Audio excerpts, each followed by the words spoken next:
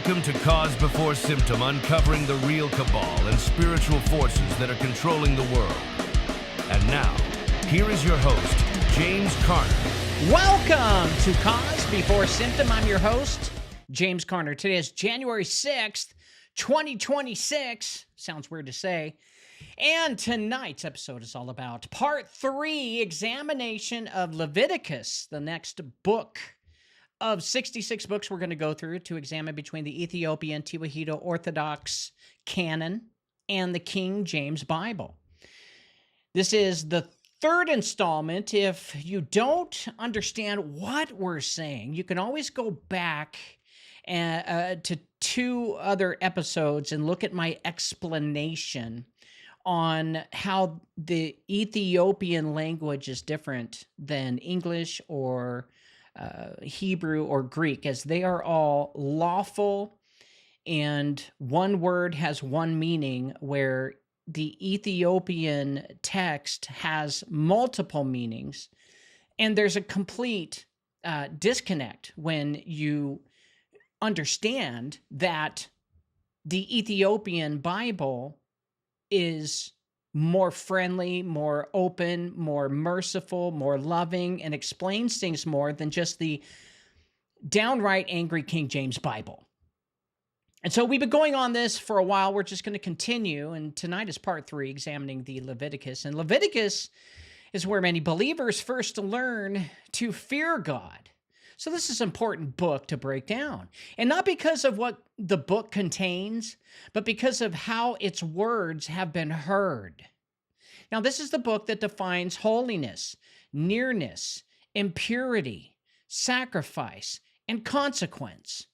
The way its language is carried determines whether holiness sounds like an impossible standard enforced by threat, or a protective order that allows human beings to live safely in the presence of God. I'll take the latter. Now, 2 ancient records are preserved here in Leviticus. Ethiopian 5th, 6th century Tewahedo Orthodox Church scrolls that they took and transcribed into their own language versus a King James. And they give the same instructions and the same priesthood and the same sacrifices and the same boundaries. Now, God does not change between them. What changes is how his holiness is voiced in tone. And certain words can make God sound volatile, easily angered, and distant. And other wordings preserve precision, consistency, and care without reducing authority. Now, this examination does not ask why the laws exist. Don't kill anybody. Well, why do we need that law? Nor does it attempt to reinterpret the laws. It simply asks whether the wording itself tilts the believer toward fear of punishment or understanding of order. Now, line by line, the language of Leviticus is placed beside itself to see whether holiness is being presented as danger to survive or as structure meant to preserve life.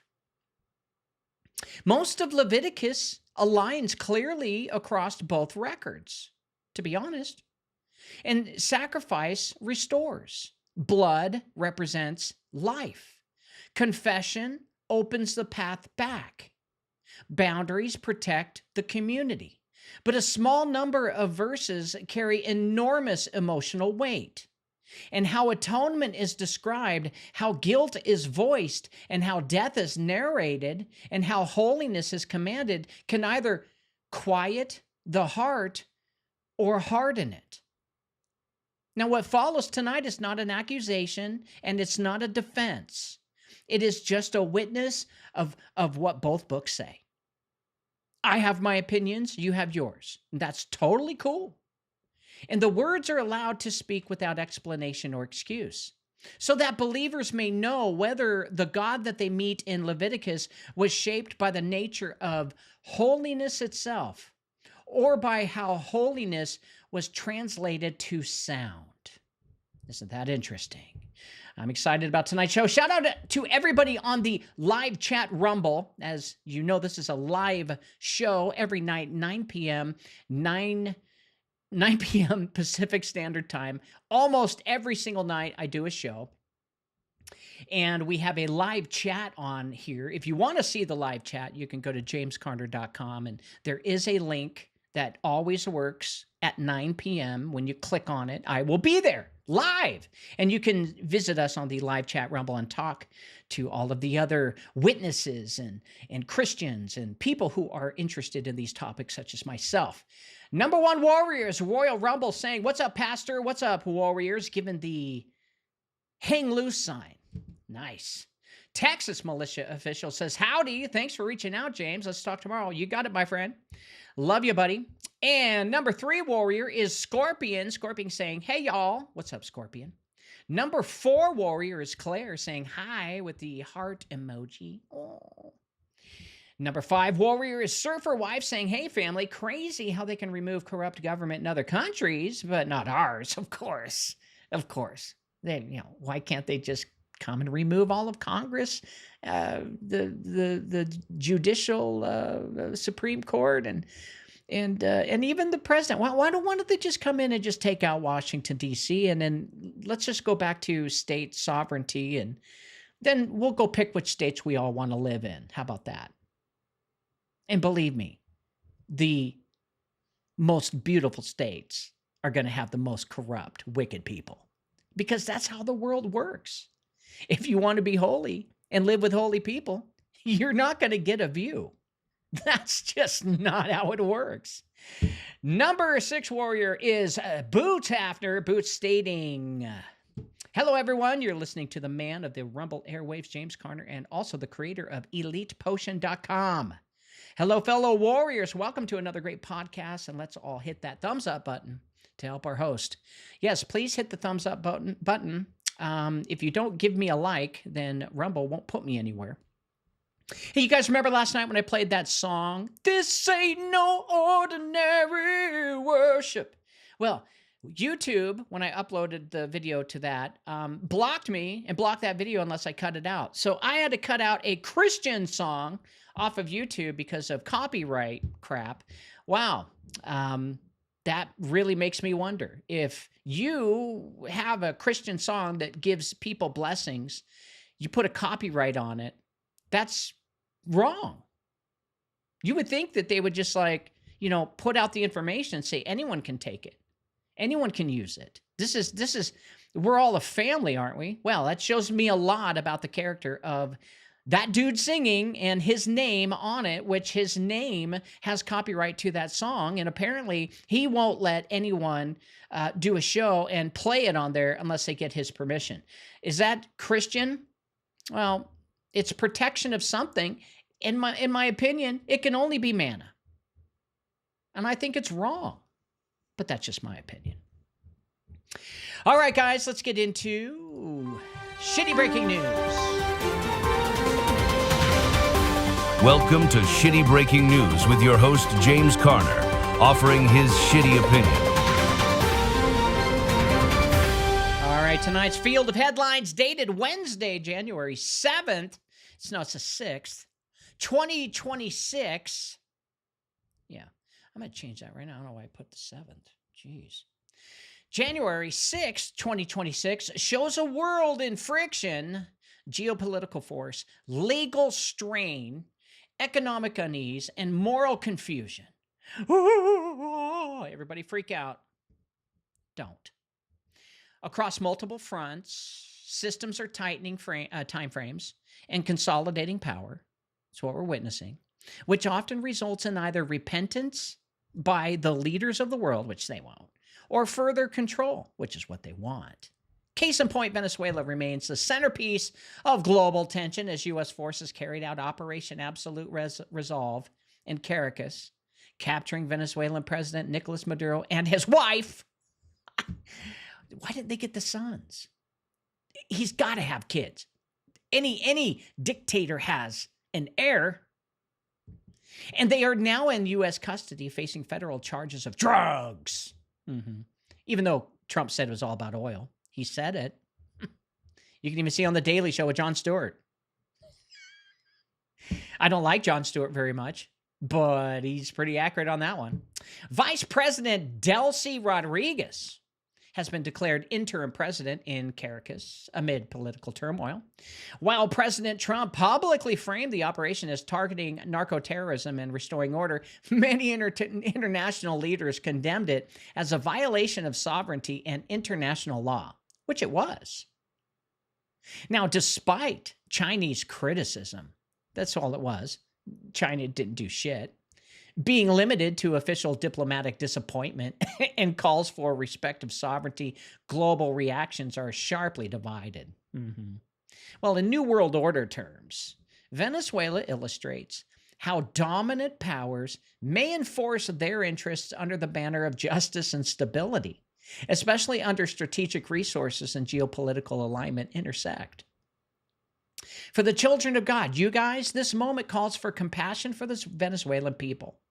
Okay, they're going under a change again, and whose lives are caught between great power rivalry right now and the sober reflection on the difference between enforcing will and pursuing righteousness.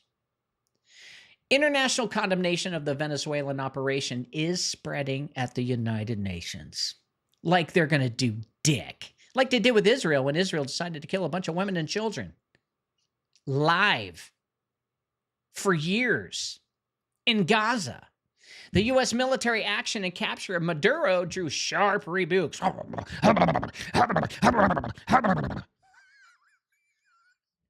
From numerous countries at the United Nations Security Council, with accusations of crime of aggression and unlawful use of force. What are they going to do about it? Well, in New World Order terms, global institutions and alliances are fracturing along lines of power, not consensus, underscoring a world in which might often define legitimacy. For God's people, you guys, this is an invitation to pray for justice that honors both law and human dignity. It's our fault. We need to pray for the Venezuelans. We need to pray for the Gazans. And we need to pray for the leaders to have a change of heart. You see, if we don't do that, then they don't get prayed for. Does that make sense? That's what we need to do. That's human dignity, not simply the interest of anyone of power. His surfer wife says, all this crap going on reminds me of Team America. Yeah, these South Park guys who created America, fuck yeah, trying to save the motherfucking day, yeah. Freedom is the only way. Hey, God has a sense of humor. Venezuela's capital is tense and unstable right now as armed forced militias or collectivos and paramilitary groups have been deployed across Caracas in response to the power vacuum created by the U.S. raid, contributing to fear, uncertainty, and clashes between pro-government forces and civilians. Well, in New World Order terms, fractured authority opens spaces for informal power structures. Groups that answer to no one but themselves, which can deepen instability in Venezuela. Now, for you guys, this is a reminder that true peace is rooted not in power vacuums, but in hearts reconciled with God and neighbors. Pray for Venezuelan people and that their country be restored without more deaths. A major poll shows American opinion divided over the U.S. strike. Oh, interesting. Only about 1/3 of Americans approve of the military operation in Venezuela, with deep partisan splits on the issue. Well, like it's going to matter. You can't get rid of Trump. It's his last term. Reflecting internal domestic tensions over foreign intervention. Well, what are you going to do about it? Well, the universities tried to do something about it with Israel, and then they got told there's a law where they'll get kicked out of school if they protest Israel. So what are you going to do about it? Well, in New World Order terms, public opinion is increasingly volatile and instrumentalized, where major actions may proceed with limited domestic consensus.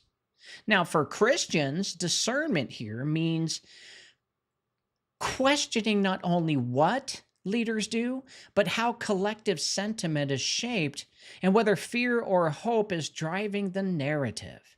Right now, it's fear. Boots, everyone has AIDS. AIDS, AIDS, AIDS. AIDS, AIDS, AIDS, AIDS, AIDS, AIDS, AIDS, AIDS, AIDS, AIDS, AIDS, AIDS, AIDS. That's funny. Man, I'll tell you, when I saw that movie, I think I threw up a couple times laughing so hard. It was so gross. God help us. Switzerland froze assets linked to Maduro and his associates following the upheaval. This is kind of interesting because we know Basel, Switzerland, is where all the evil, the evil Dr. Evils go and meet, in Basel and the Bank for International Settlements to, stroke their pets. But officials say the freeze is to safeguard against illicit fund transfers amid legal action, signaling economic measures tied to political fallout in Caracas. Well, in New World Order terms, Venezuela is now owned by the NWO. Now, you can say, well, does that mean China's fighting against the New World Order? Yeah, kind of, because they think that they're going to win and be the NWO. So it's either the Orsinis think that they're going to be the New World Order, and they're going to give the Spear of Destiny to the Antichrist, or the Lee family think that they're going to do it. And these are the two families that fight against each other. And so collectively, every now and then, they will get information from their interpreters. The fallen angels who can't spawn in front of people, right? Who don't have the power to spawn in front of people, so they have to use interpreters or intercessors who use their bodies, so the fallen angels can give, these entities outside of our reality can give us, secrets, But every now and then at Basel, Switzerland, they'll have their interpreters, and then they will tell the Orsinis or the Lees to back off on something or to pursue something, and then they both families will do what they say. So financial levers like asset freezes, increasing company kinetic actions, and turning economic pressure into a tool of influence. This is NWO 101. Once they seize Venezuela, now all money that goes to Venezuela is going to come through America, and we're going to put it in those banks. But it ain't going in your pocket. And for the children of God, this underscores the importance of stewardship rooted in righteousness, not in political expediency. So don't rely on the government now that oil prices is going to go down 10 cents. It's not going to really help anything. It's just going to make the bankers in Orsini camp richer. Legal questions about the Venezuela operation continue to mount as experts and legal scholars are raising concerns about violations of international law and sovereignty, arguing that military force cannot be justified solely on criminal indictments absent broader legal mandate. Well, then do something about it, like they did it to Israel, where the international court system issued a warrant for Netanyahu's arrest. And did anything come out of it? Nope. In fact, Trump pardoned him, and he even got some award for murdering the most children. Well, in New World Order terms, the rule of law is under strain when might defines legality, leading to normative erosion. Now, for Christians, this emphasis prayer support for legal systems that truly uphold justice and not dominance. Did you know we're supposed to be praying for the judicial system in America? Don't you know we're supposed to be praying for the United Nations judicial system to be stable, true? We are. And don't you know that prayer works? It does. U.S. Secretary of State Marco Rubio clarified that the U.S. will not govern Venezuela day to day, but will enforce an oil blockade and pressure change. Well, this partial retraction, it's a retraction, all right, from what Trump said. We're going to control Venezuela. We're only going to do blockades and pressure change. Well, it highlights internal debate within the U.S. administration over how far direct involvement should go. Basically, we gave them a warning. We can take out your leader. We can do it again. Or if you guys are going to go with us or not, that's up to you. But I would take the latter. In New World Order terms, ambiguity in strategy reflects the challenge of maintaining narratives while managing geopolitical realities. What this means is what Trump said and what Rubio said are complete opposites, and that shows weakness. But for believers, this is a reminder that earthly governance is definitely fluid, as we can see. As Rubio probably was cut off guard and of what Trump said, and he had to save face. And that's in reality what happened. And that means that Washington is not in communication with each other. They're just flying by the seat of their pants. Now, this is a reminder for you guys that earthly governance is fluid, but trust in God's sovereignty stands constant. So don't rely on Trump or Rubio or anybody else. They're going to let you down every time. Regional leaders in Latin America are condemning the U.S. operation, calling it destabilizing. Well, countries such as Brazil, Mexico, and others who are relying on BRICS money, well, they're voicing strong opposition, emphasizing sovereignty and peace. Well, there ain't shit they're going to do about it because we have the bigger guns. Alliances are reconfiguring, and regional blocs may assert independence from dominant powers. But for you guys, God's people, this moment calls for prayers for wisdom across nations and for peaceful resolutions that preserve human dignity. It's not a call for you to be mad or to worry about World War III. You need to pray for the leaders and pray for other countries and pray for the United Nations that the devil gets out. That's your job. Economic unease persists globally beyond Venezuela. Markets are jittery. As of early 2026, equities remain uneven, currencies fluctuate, and energy prices remain volatile amid geopolitical tension. Well, this reflects the broader stress on economic systems as political uncertainty grows. Well, in New World Order terms, economic stability is no longer a baseline condition, but a fragile construct subject to geopolitical winds, meaning winds can go left, up, down, backwards. That's the wind. And for believers, this calls for anchoring hope in eternal provision rather than temporal markets. The markets aren't going to save you. Jesus already did.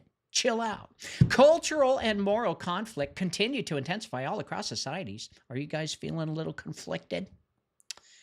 Debates over speech, identity, and belief systems are dominating public conversation, not merely as social issues, but as battlegrounds for authority and power. Well, in NWO terms, shaping narratives becomes a primary mechanism of influence by the elite. Orsini's, Breakspears. For the children of God, the counsel is consistent. Hold fast to truth with courage, love, and also love your neighbor. And refuse the world's definition of peace as mere consensus or enforced agreement. All right, guys, so chill out. We're going to go to a quick commercial break. When we come back, we're going to be analyzing Leviticus between Ethiopian canon and the King James Version. Why do 75% of people feel exhausted all the time? The answer might surprise you. In the 1920s, Standard Oil decided to dive into medicine. They pushed synthetic petroleum into our drugs. Sure, it masked symptoms, but it wrecked our guts. Our good bacteria, which fight off parasites and heavy metals, got wiped out by crude oil. But here's the good news. We can fix this by going back to nature. Introducing Elite Potion, the world's top detox program. It restores your good bacteria by removing toxic threats like aluminum, strontium, barium, and parasites. Imagine feeling energized and alive again. They said there couldn't be a pill that did it all. We invented it. Visit elitepotion.com and reclaim your health from synthetic pharmaceuticals. Your body will thank you. Paying federal income tax is voluntary. So why has every person you know done it their entire lives? You were told it's the law, but the system was built on a lie hidden in plain sight, that you are required by law to pay. The truth is, 98% of Americans don't owe income tax by law. Federal income tax is for federal employees. For everyone else, it's voluntary. You agreed to pay when you signed your first tax return, and you've been renewing that contract every year since. Sounds too good to be true? You're asking, why doesn't everyone know this? Because almost everyone signed before they were old enough to understand it. It's time to unlearn the lie and break free from IRS jurisdictions, protect your assets, and keep more of what you earn legally. Visit unincorporatedassociations.com now and become tax-free. All right, we're back, guys. And and tonight we're going to be going through an examination of Leviticus between the Ethiopian canon, which I favor, versus the King James Bible, which has a tone of anger. All right, so I approached Leviticus knowing it is the book most believers actually avoid. They fear Leviticus, or endure rather than understand. Now, I read it the same way I read Genesis and Exodus, slowly and in full, in both the Ethiopian Tewahedo Orthodox record and the King James Bible. And what I found was not a different set of laws, and it was not a different God. The instructions, sacrifices, priesthood, and boundaries are present in both. That's a good thing, maybe. Now, Leviticus exists because holiness and nearness are dangerous without any order. Meaning, if you allow people to do something that hurts you and there's no consequences, they'll just do it again. Now, Leviticus is not a book about punishment. It is a book about survival in the presence of God. Remember, we talked about God is perfect. For him to be in our presence, he has to sacrifice a lot to hold his energy back from destroying us because he is so powerful. You can barely see him without melting. And for him to be in our presence, it requires us to be like him. Otherwise, he can't stay. And this is what Leviticus is all about, understanding that God gave us laws so we could get closer to him, so that we can avoid the dangers of the pitfalls that the devil makes, all the traps. Sin leads to death. The more sin in our life, the quicker we are to croak. And God isn't saying, stop sinning because I'm holy and I want you to be holy. He's saying, stop sinning because if you do, you're going to let the devil take you and harm you and hurt you, and you're my child. I love you. And Leviticus teaches us this. And this is where God teaches his people how to remain alive, whole, and restored while dwelling near what is holy. And as we found out in Leviticus, it didn't work. We needed a middle person. And that's why Jesus came. So Leviticus teaches us that we can't get that close to God without a mediator. Because Moses, he was gone up on the hill. Aaron, he fell short, fell into blackmail or whatever, but they both didn't have the power to keep the people from falling into their own desires. And that's what happens when you're living right in the middle of full-on presence of God and full-on flesh. And because of that, the way these instructions are voiced between Ethiopian canon and between the King James, it matters more here than almost anywhere else. So Leviticus is very important for us to understand. Now, most of Leviticus aligns clearly across both records. Sacrifice restores rather than replaces. Confession opens the way back. Blood is connected to life, not rage. And boundaries are given so that the community is protected, not controlled. Any honest reading shows consistency of purpose and intent in both Bibles. Now, this episode actually exists because certain words carry emotional weight far beyond their function. In some places, holiness can sound volatile, as though God might erupt if a rule is broken. In other places, holiness sounds precise, consistent, and dependable, as though God is teaching people where life flows and where it breaks down. Well, the difference is not in the law itself, but in how the law is heard. Now, I'm not asking whether Leviticus is strict. It is, very. And I'm not asking whether consequences exist. They do. I am asking whether the language teaches fear of God as unpredictable danger or reverence for God as ordered presence. That distinction shapes whether believers shrink back or grow up.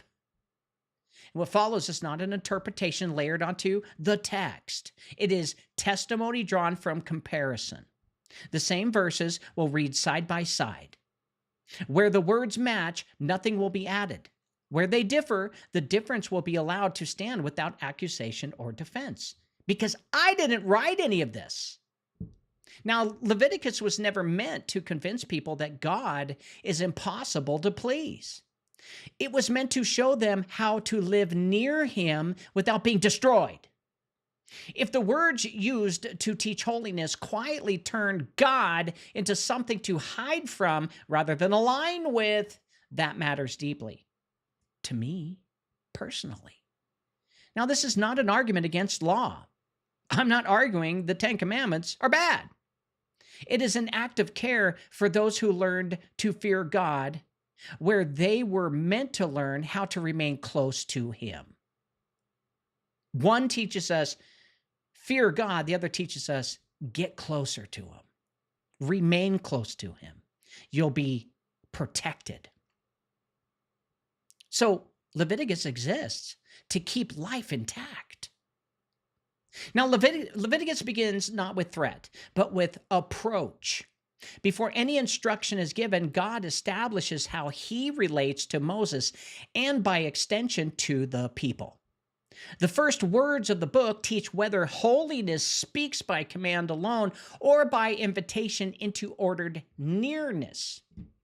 Now, in the King James Bible, Leviticus 1:1-2 reads, "And the Lord called unto Moses and spake unto him out of the tabernacle of the congregation, saying, Speak unto the children of Israel, and say unto them, If any man of you bring an offering unto the Lord." Now, the word called is present. But the sentence quickly moves into directive language. Directive. Do this. God speaks from within the tabernacle, and instruction follows immediately. Now, read devotionally, the transition can feel procedural, though holiness begins with regulation. But in the Ethiopian Tewahedo Orthodox record, the same opening reads, "And the Lord called Moses and spoke with him from the tent of meeting, saying, Speak with the children of Israel and say to them, When anyone among you desires to bring an offering to the Lord." Well, the difference is subtle but meaningful. Spoke with him preserves relational exchange rather than unilateral address. Speak with the children of Israel maintains conversation rather than proclamation. Speak with him, or speak with the children of Israel. The offering here is framed as desire before requirement. Well, I think this matters because Leviticus sets the emotional posture for everything that follows. If God is heard as issuing instructions from distance, holiness can feel imposed. If God is heard as speaking within relationship, then holiness feels taught rather than enforced. Wouldn't you rather just be taught how to be holy instead of being told to be holy? Taught is Ethiopian. Told is King James. Now, both records affirm the same authority. God initiates, God instructs. Sacrifice is not optional. Nothing about obligation is removed here, folks. What differs is whether the first sound of holiness feels like a command alone or like an invitation into order. It's pretty clear. And for believers, this opening quietly teaches whether approaching God begins with fear of violation or with understanding of access. You see, a God who calls and speaks with his servant before giving instruction sounds consistent and dependable. A God who is heard primarily through directives can feel exacting even when just.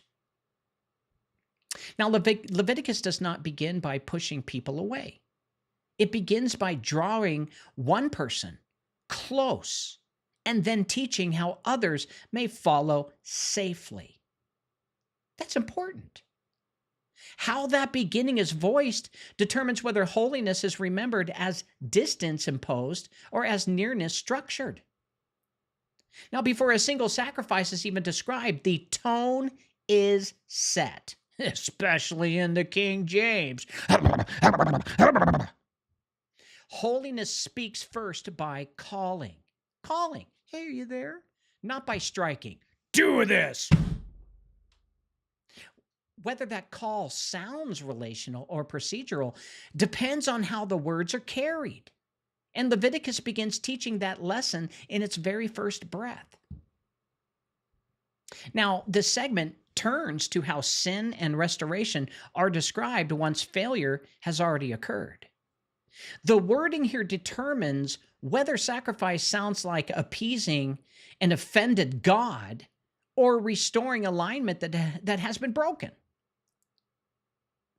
The difference shapes whether believers approach confession with fear or with expectation of healing. Here we go again. In the King James Bible, Leviticus 4:20. Time to spark a spleefer, huh, Boots?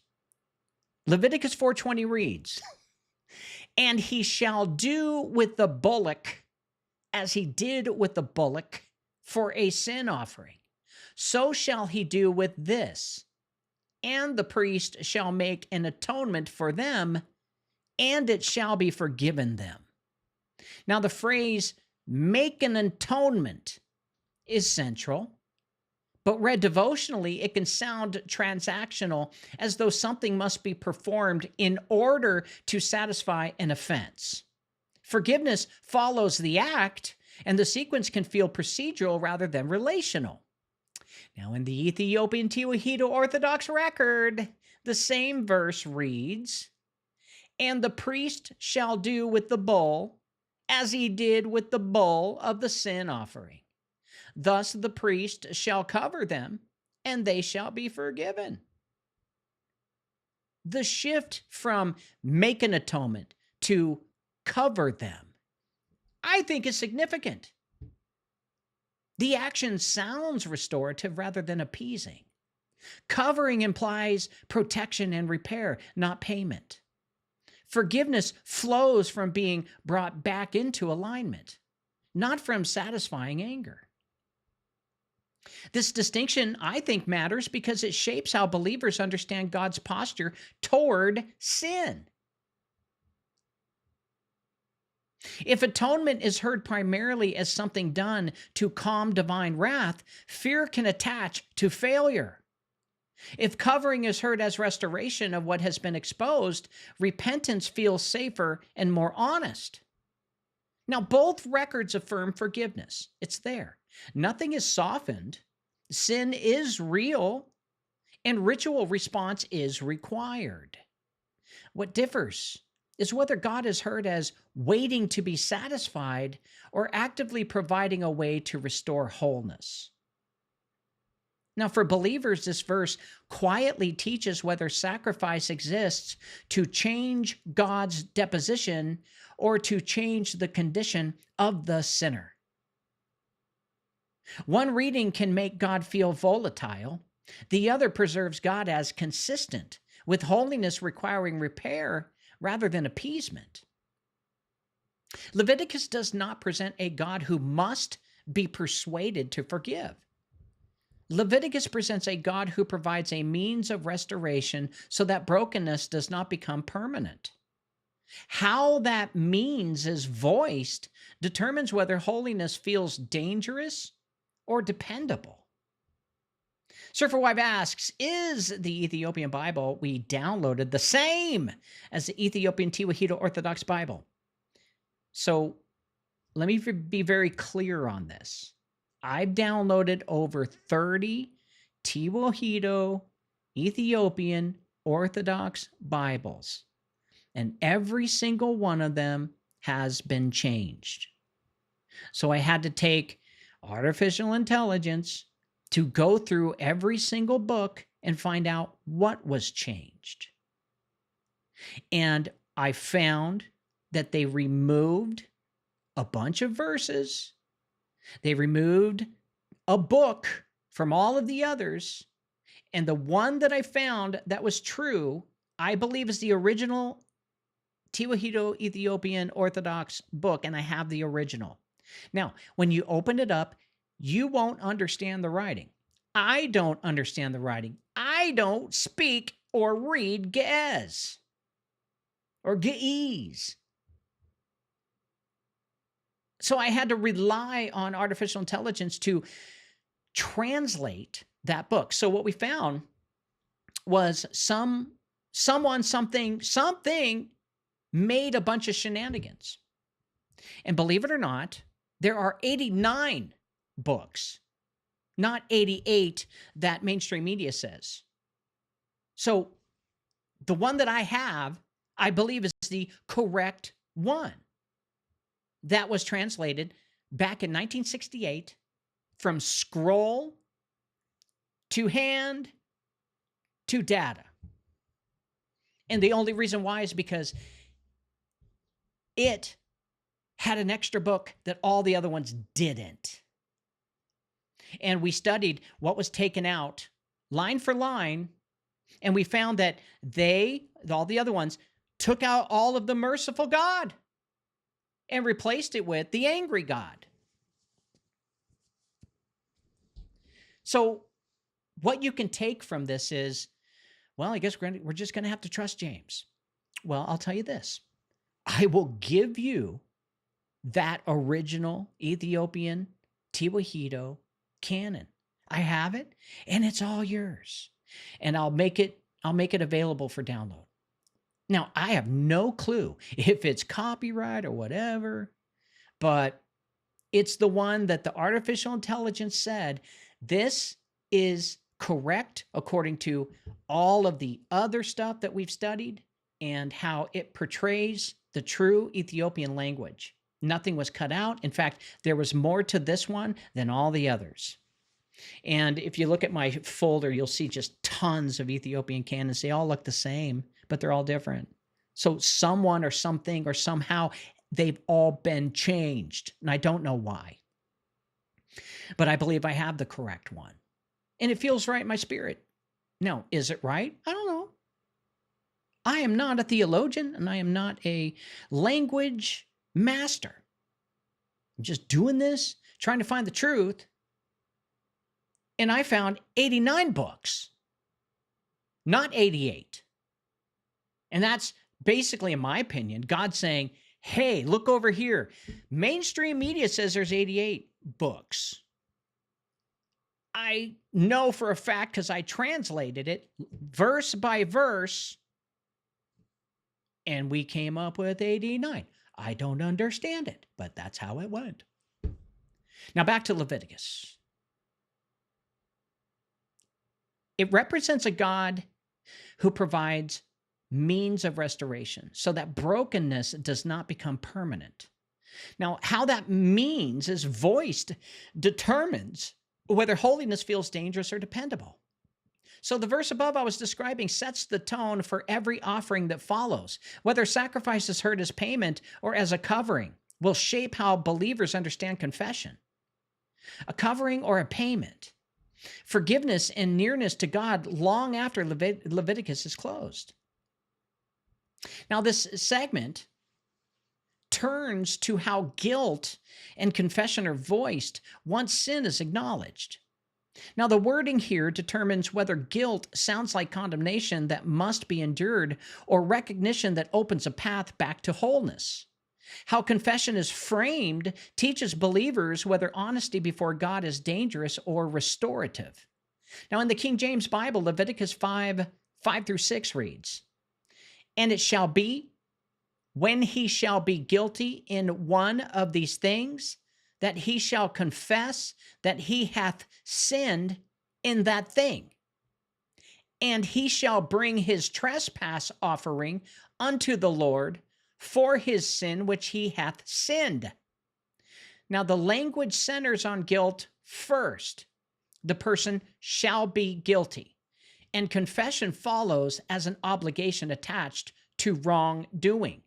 And read devotionally, as we did in the King James, we wanted to believe in this angry God for some reason. The emphasis on guilt can feel very weighty, as though the sinner stands under condemnation before restoration even begins. Now, in the Ethiopian Tewahedo Orthodox record, the same passage reads, "When a person becomes aware of his fault in any of these matters, he shall declare the sin in which he has failed, and he shall bring to the Lord the offering for his fault." Now, the difference again is subtle, but it's very important. Becomes aware of his fault replaces shall be guilty. Think about it. Shall be guilty. You're guilty. Instead of you're aware of your fault now, aren't you? Yes.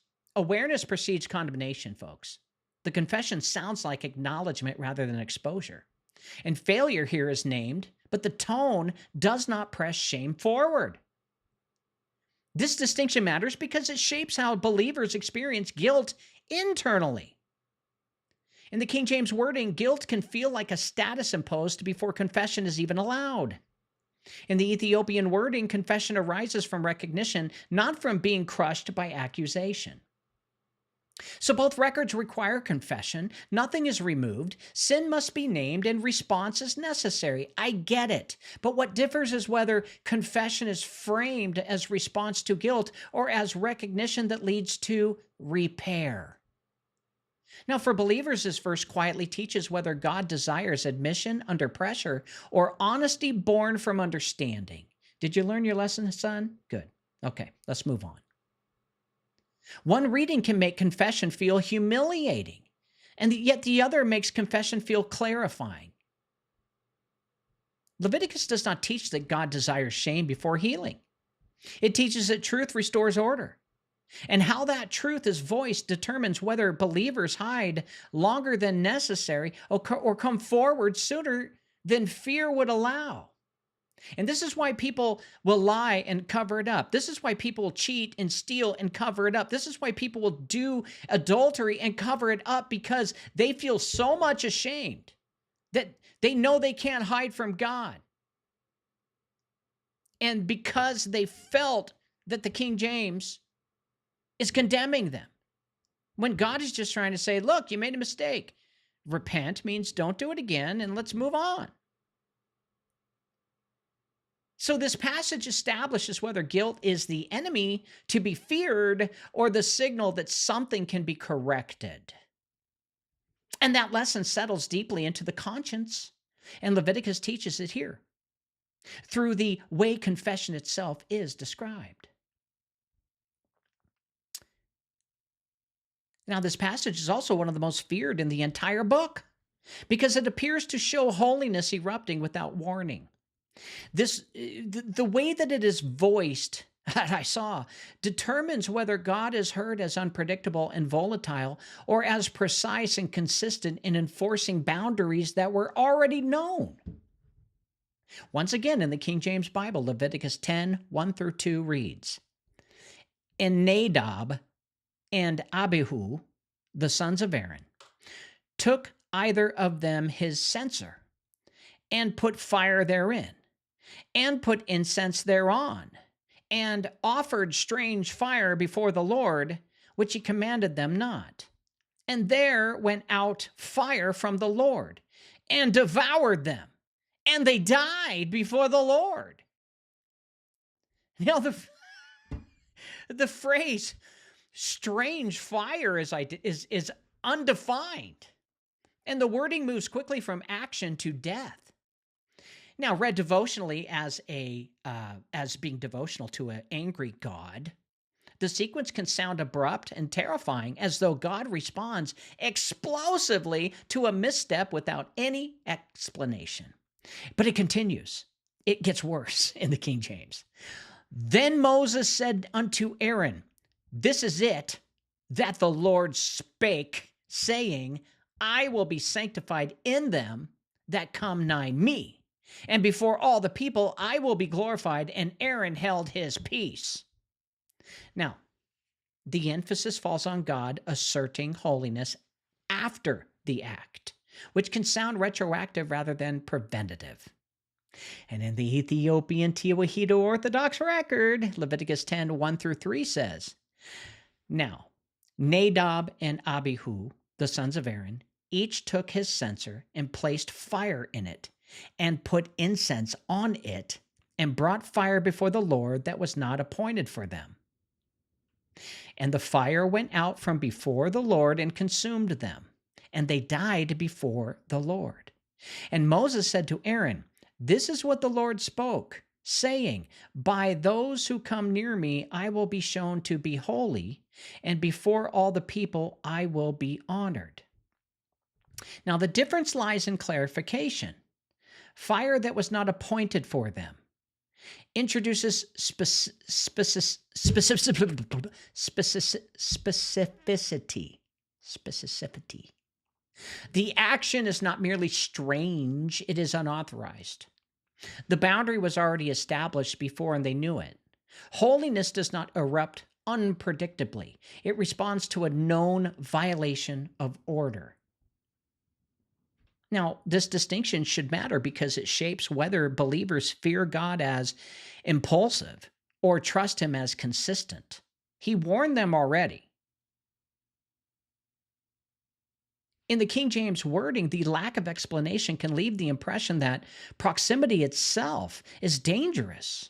In the Ethiopian wording, danger arises from ignoring instruction, not from nearness itself. Now, both records affirm the same outcome. The act was fatal. Nothing is softened. What differs is whether God's holiness feels arbitrary or precise. Precision preserves trust. Arbitrariness breeds fear. Now, for believers, this passage teaches whether holiness is unstable ground or ordered space. If holiness is unpredictable, fear becomes the only safe posture. If holiness is consistent, reverence can be practiced with understanding. So Leviticus does not teach that God is unsafe to approach. It teaches that God must be approached according to the order that he establishes. And how that order is voiced determines whether believers learn terror or discernment from this moment. Let me put it to you this way. God gave them an instruction book on what not to do when you play with electricity. God said, don't hold the red wire and the white wire and put them together without wearing gloves. That's what God was saying. And they thought, well, we don't need the gloves today. And they just electrocuted themselves. That's it.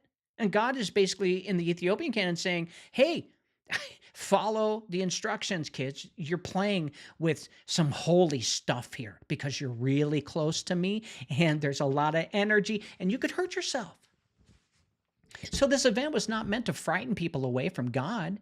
It's meant to teach that nearness to him requires attention, not that holiness erupts without warning. Whether that lesson is heard depends entirely on how the words are carried. Now, let's turn to another segment where the language of clean and unclean, because these words have shaped how believers imagine God's reaction to bodies, food, and daily life. Because believe me, when you think of yourself as unclean, you feel like shit. Well, God never wanted you to feel that way. He wanted you to understand the instructions.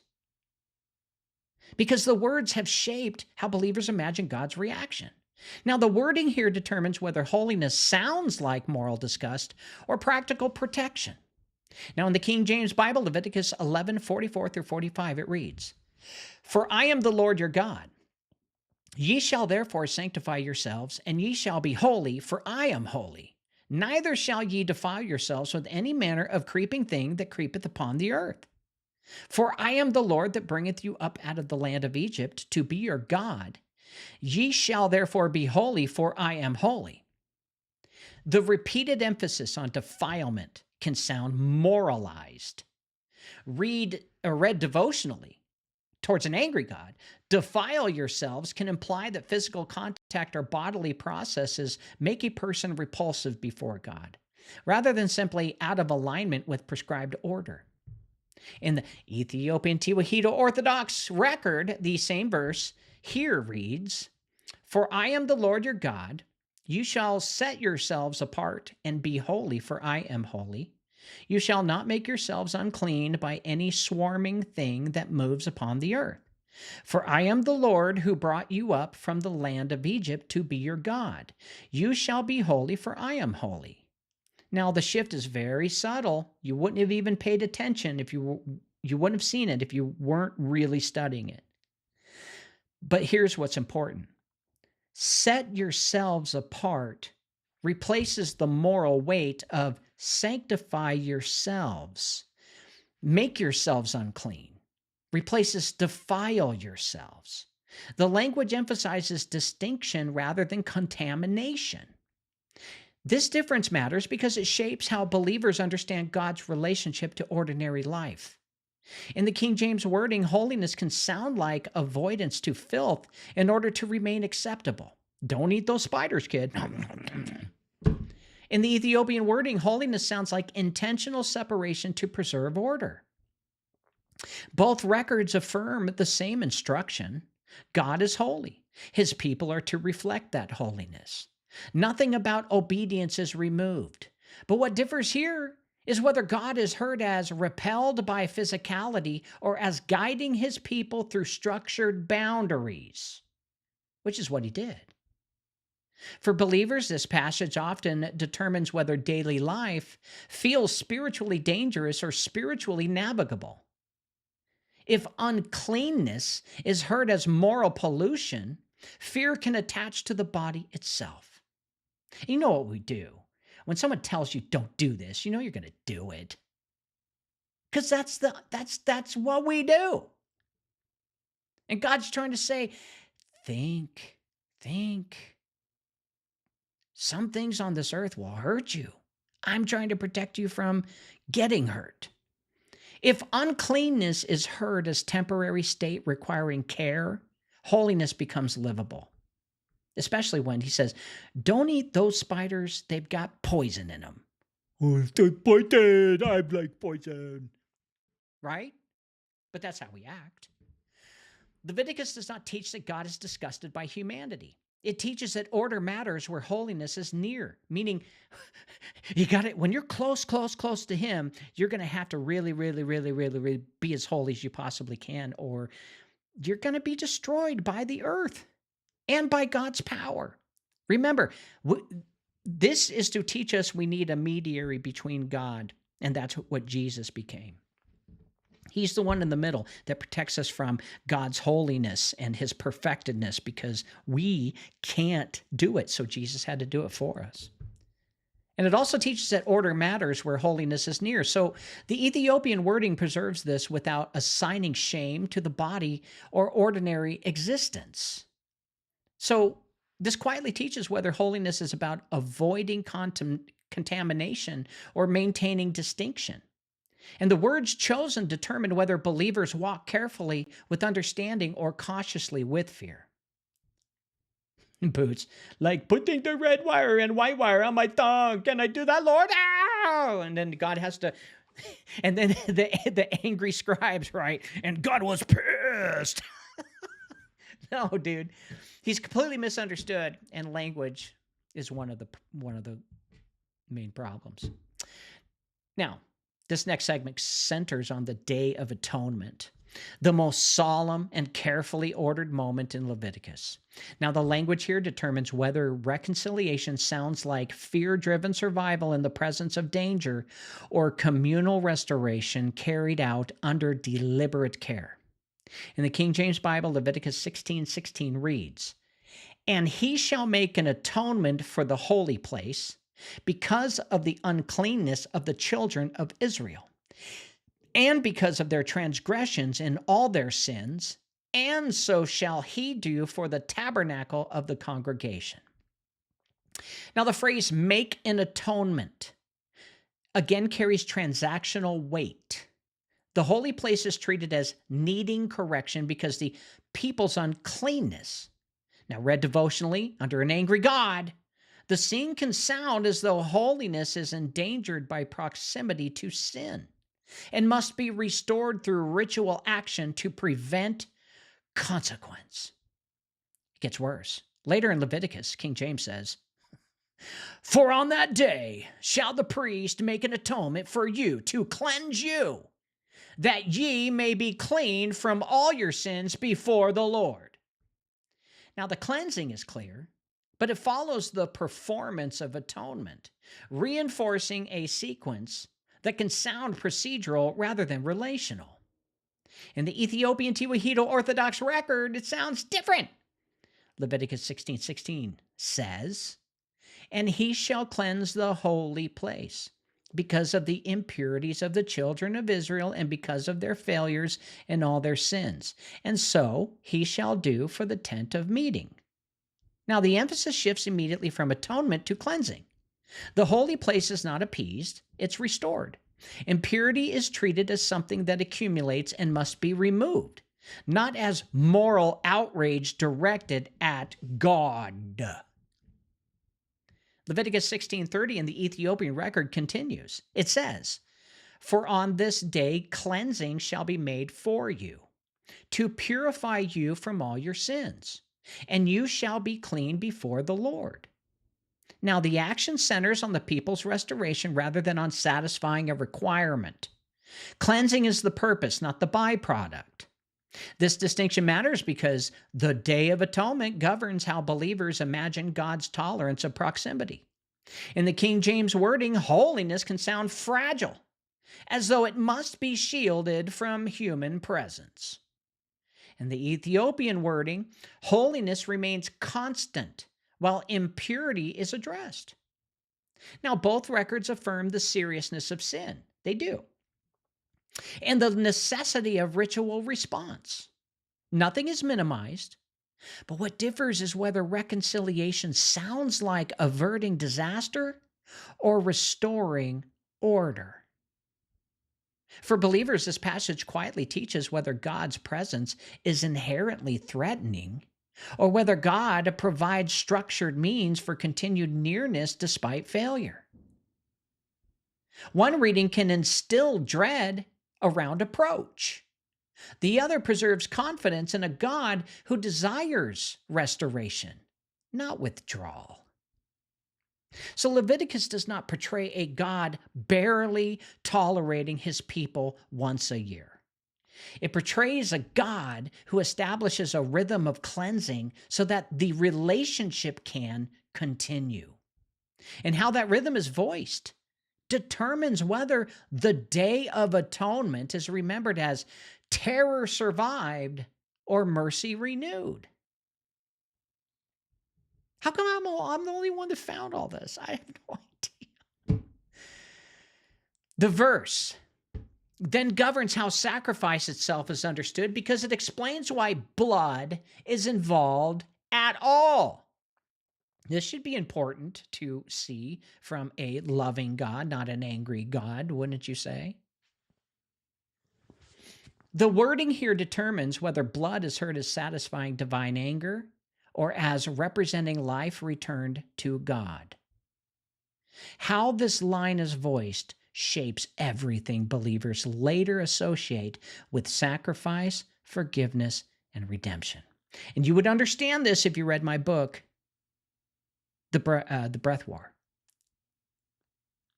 In the King James Bible, Leviticus 17:11 reads, "For the life of the flesh is in the blood, and I have given it to you upon the altar to make an atonement for your souls. For it is the blood that maketh an atonement for the soul."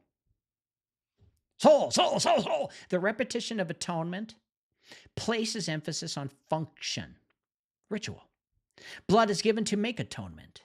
And the sentence can sound transactional when read devotionally as a scared person of God, as though blood is a necessary medium to resolve offense.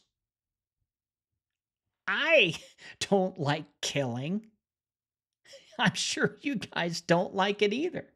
Now, I've been hunting, and I've bought my hunting license, and I've ran through the woods 4 a.m. trying to wait till light breaks so I could find one spike. Now, I've never been able to put one or neither a bullet in the chamber. But that when the time came to kill, it wouldn't please me But I wanted to learn to hunt so that just in case the apocalypse happens, however it goes down, I want to know how to skin deer, gut it, and eat it. Now, blood is given to make atonement, and the sentence sounds transactional, as though blood is a necessary medium to resolve offense. So in the Ethiopian Tewahedo Orthodox record, the same verse reads, "For the life of the flesh is in the blood, and I have given it to you upon the altar to cover your lives, because it is the blood by reason of the life that brings covering." That difference is decisive.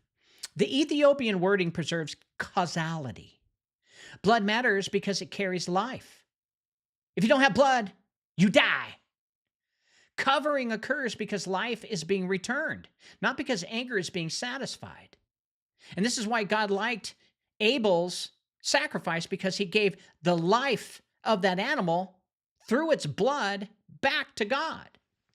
So the emphasis rests on life and not payment. Do this, kill this to make me happy. No. This distinction totally matters because it determines how believers hear the heart of sacrifice. In the King James wording, blood can sound like a mechanism required to be dealt or required to deal with guilt. And in the Ethiopian wording, blood sounds like life offered back to the source of life to restore balance. That's a kind of a big deal, don't you guys think? Now, both records affirm the same truth. They do. Blood is sacred because life is sacred. Nothing about seriousness is reduced here. What differs is whether God is heard as requiring blood to be appeased or as instructing how life is honored and restored. For believers, this verse quietly teaches whether God is oriented toward violence or toward preservation of life, even in the midst of correction.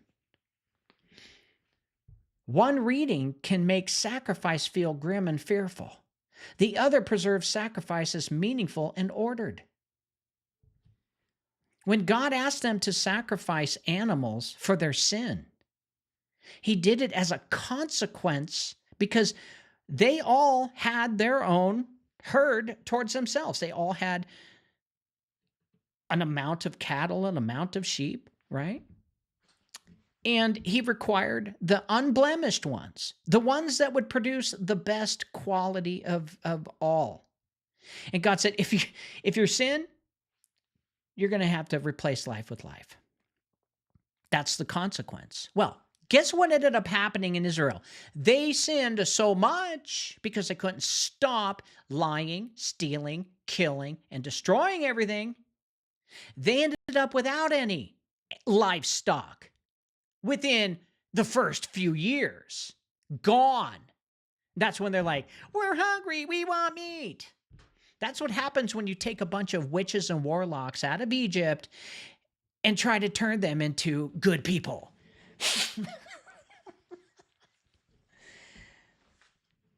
The sacrificing all of your livestock didn't work. They continued to sin, folks. They were stiff-necked.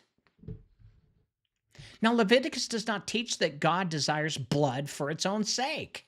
That wasn't the point. It teaches that life belongs to God, and that restoration requires life to be acknowledged as such. And how that teaching is voiced really determines whether believers associate holiness with death or with life guarded carefully. This verse is the theological hinge of Leviticus, as whether blood is heard as appeasement or as life returned will shape how every later act of worship is understood. So let's now turn the laws of sexual order and separation, because this section turns to there next. It's a passage often read as harsh moral control rather than protection of human dignity. Now, the wording here determines whether holiness sounds like repression enforced by threat or preservation of life through boundaries. Now, in the King James Bible, Leviticus 18:1-5 reads, And the Lord spake unto Moses, saying, Speak unto the children of Israel, and say unto them, I am the Lord your God. After the doings of the land of Egypt shall ye not do. Ye shall therefore keep my statutes and my judgments, which if a man do, he shall live in them. I am the Lord. Well, the language establishes prohibition quite quickly. The emphasis falls on what must not be done, framed against the practices of other nations, read devotionally as a scared little Christian underneath an angry God. The section can sound primarily restrictive, as though holiness exists to limit human expression. Well, in the Ethiopian Tewahedo Orthodox record, the same opening reads, And the Lord spoke to Moses, saying, Speak to the children of Israel and say to them, I am the Lord your God. You shall not act according to the practices of the land of Egypt. You shall keep my ordinances and walk in them, so that you may live by them. I am the Lord. Well, the commands remain identical, but what changes is emphasis. Walk in them, and so that you may live by them. Frame obedience as life-preserving rather than merely restrictive. The laws are oriented towards sustaining life, not suppressing desire. This distinction matters because those passages shape whether believers associate holiness with shame or with protection. In the King James wording, holiness can sound like avoidance of wrongdoing to escape consequence. In the Ethiopian wording, holiness sounds like a way of living that keeps life intact. Now, both records affirm boundaries very clear, but nothing is relaxed. What differs is whether the reason for obedience is heard as threat or as promise of life. For believers, this section often determines whether God's moral commands feel arbitrary or purposeful. If laws are heard as control mechanisms, resentment can really grow. If laws are heard as life-guiding structures, trust is preserved. Now, Leviticus does not frame holiness as denial of humanity. It frames holiness as preservation of what allows humanity to endure near God. How that preservation is voiced determines whether believers feel constrained or cared for. Now, this passage, that holiness is not about restriction for its own sake. It is about sustaining life within order. Whether that truth is heard depends entirely on how the words are carried. Now, this next verse is the heart of Leviticus. It is where God defines holiness not as distance, but as identity. The way this command is voiced determines whether holiness sounds like unreachable perfection or ordered alignment modeled after God himself. In the King James Bible, Leviticus 19:2 reads, Speak unto all the congregation of the children of Israel, and say unto them, Ye shall be holy, for I, the Lord your God, am holy. Now, the statement is absolute and brief. Read devotionally, like a good Christian scared of God, it can sound like an imposed demand without explanation. Be holy, for I'm holy. Holiness appears as a standard to meet, and the reason given is authority rather than accessibility. Now get this, in the Ethiopian Tewahedo Orthodox record, the same verse reads, Speak to all the assembly of the children of Israel and say to them, You shall be holy because I, the Lord your God, am holy. Well, the wording is similar, but the connective emphasis matters. Because that was added preserves imitation, that's in their book, preserves imitation rather than command alone. Be holy because I am holy. Be holy. I'm holy. Big difference. Holiness is grounded in resemblance, not merely obligation. So the call sounds invitational rather than intimidating. This distinction should matter because it shapes how believers internalize holiness. In the King James wording, holiness can sound like a demand issued from above. In the Ethiopian wording, holiness sounds like participation in God's own ordered nature. So both records affirm the same truth. God is holy, and his people are to reflect that holiness. Nothing is reduced. What differs is whether holiness feels like pressure or performance or alignment to embody. For believers, this verse often determines whether holiness is feared as unattainable or pursued as formation. One reading can quietly teach despair, and the other preserves hope that holiness is learned, not seized. So Leviticus, it does not define holiness as flawlessness. It defines holiness as belonging to God's order. How that belonging is voiced determines whether believers shrink back under the command or step forward into it. And no wonder why Christians backslide, because they feel obligated to be holy under this angry God, and they can never, ever achieve holiness, ever. The Bible says, of all in heaven, John the Baptist is the least holy in all of heaven. And it says he was the holiest man next to Jesus walking this earth. They're holy because that's their nature. They're not holy because they tried and made it. There's a big difference. So we needed a mediator. We needed Jesus to make sure that God's power doesn't kill us and our flesh doesn't kill us. And anything that denies Jesus and this truth doesn't make any sense to me.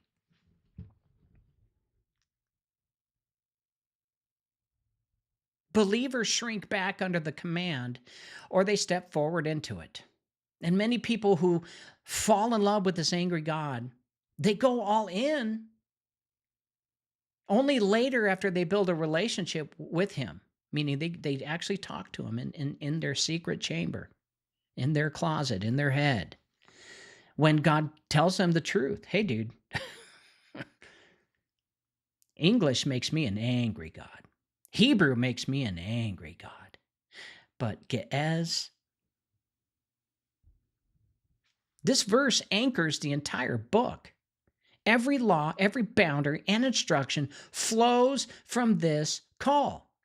Whether holiness is heard as demand or an invitation will shape how believers carry Leviticus long after its pages close. Now, the final chapter of Leviticus, how believers understand consequences after covenant. Now, the way this section is voiced teaches whether obedience and disobedience are framed as relational cause and effect, or as looming threat enforced by power. In the King James Bible, Leviticus 26, 3 through 4 opens with this promise: if ye walk in my statutes and keep my commandments and do them, then I will give you rain in due season, and the land shall yield her increase. And the tone here sharply shifts later in the chapter. And Leviticus 26, 14 through 16 says, but if ye will not hearken unto me, and will not do all these commandments, I also will do this unto you. I will even appoint over you terror, consumption, and the burning whatever, ague. Now, the language becomes heavy with threat here. This is the King James Bible. This is the God we fell in love with. It's insane. The language becomes very heavy with threat. God is heard as actively appointing terror and calamity. Do this, or I am going to ruin you. Now, read devotionally as a scared Christian under an angry God, this section can sound like divine retaliation rather than consequence, causing obedience to feel driven by fear of punishment rather than desire for alignment. Now get this. In the Ethiopian Tewahedo Orthodox record, the same movement is preserved, but with different emphasis. Leviticus 26, 3-4 reads, "If you walk in my ordinances and keep my commandments and do them, I will give you rain at the proper time, and the land will yield its produce." And then later in Leviticus 26, 14-16 reads, "But if you do not listen to me and do not carry out all these commands, I will allow distress to come upon you, wasting disease and fever." Now, the distinction here, it really lies in agency. In the Ethiopian wording, calamity is permitted rather than appointed. Do you see what I mean? In King James, it's, "Then I will do this to you." And then I will not protect you from. There's a big difference.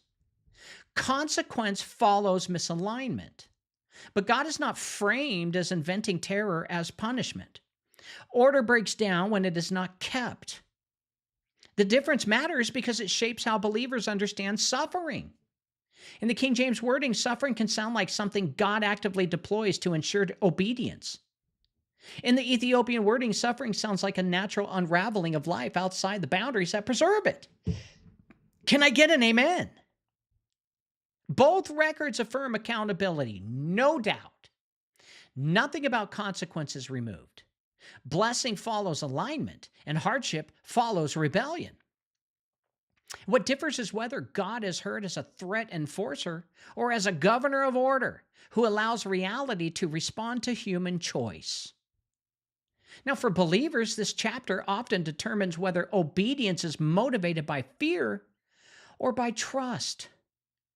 If consequence is heard as divine aggression, then fear becomes the primary teacher.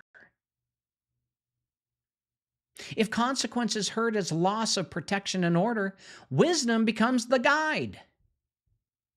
Leviticus does not end with menace. It ends with clarity. God explains what happens when his order is kept and what happens when it is abandoned. How that explanation is voiced determines whether the book closes with dread or with understanding.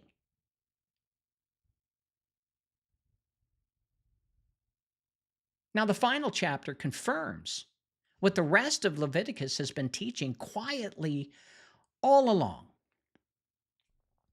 Holiness is not enforced through terror. It is sustained through order. And when that order is rejected on purpose, then life unravels. Not because God delights in punishment, but because life cannot remain intact without the boundaries that were given to preserve it.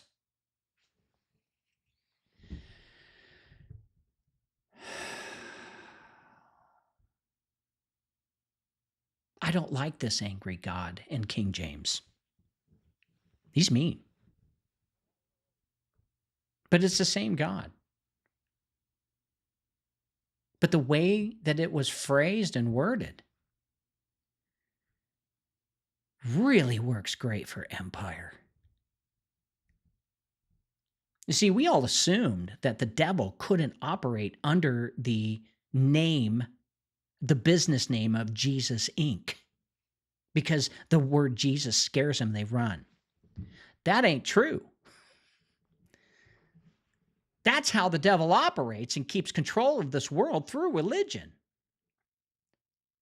And all it took was a different language that could not explain one word other than one explanation, where the Ethiopian language has many other explanations for one word.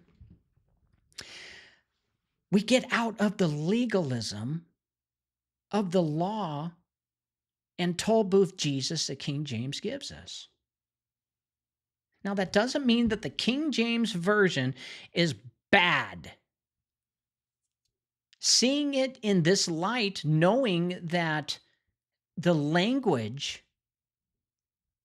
that we have, unfortunately, teaches us a different God, then we can read it with the lens of, this is the English way of saying, God's not mad. It's all good. If you do this, there will be consequences. Chill out. Now, Leviticus does not present a harsher God than Genesis or Exodus. It presents the same God, explaining how life functions in close proximity to holiness. What this examination shows is that the fear so often associated with Leviticus does not come from the laws themselves, but from how those laws are heard through language. Across both records, the structure of holiness remains intact. Sacrifice restores rather than replaces. Blood represents life, not rage. Confession opens the path back instead of sealing condemnation. Boundaries protect the community rather than shame the individual. Nothing essential is removed in either canon. But where differences appear, they are not doctrinal fractures, but tonal shifts. Certain word choices can make holiness sound volatile, as though God is easily provoked and must be appeased. Bullshit. If he is love, and we get love secondhand, then someone's screwing with the word. Other wordings preserve consistency, precision, and care, allowing holiness to be understood as ordered space rather than dangerous ground. This should matter because believers do not experience God in abstraction. They experience him through the words that they are given. When holiness is heard as unpredictable, fear becomes the organizing principle of faith. When holiness is heard as structured and dependable, reverence replaces fear and obedience matures naturally. Leviticus itself resolves the tension. God repeatedly identifies himself as holy, not hostile. He calls, instructs, cleanses, and restores. Consequence exists, but it follows misalignment rather than impulse. The book does not teach people to hide from God. It teaches them how to remain near him without harm. This examination does not accuse translators or traditions. It simply acknowledges that language carries weight, especially when teaching holiness. Where wording compresses mercy and consequence into threat, fear can take root unnoticed. Where wording preserves order and intention, trust is allowed to grow. Folks, Leviticus was never meant to convince believers that God is impossible to please. It was meant to teach them how to live within his presence without being destroyed by it. And when the words carry that purpose clearly, well, the book should no longer terrify you. It should instruct you. So my work continues.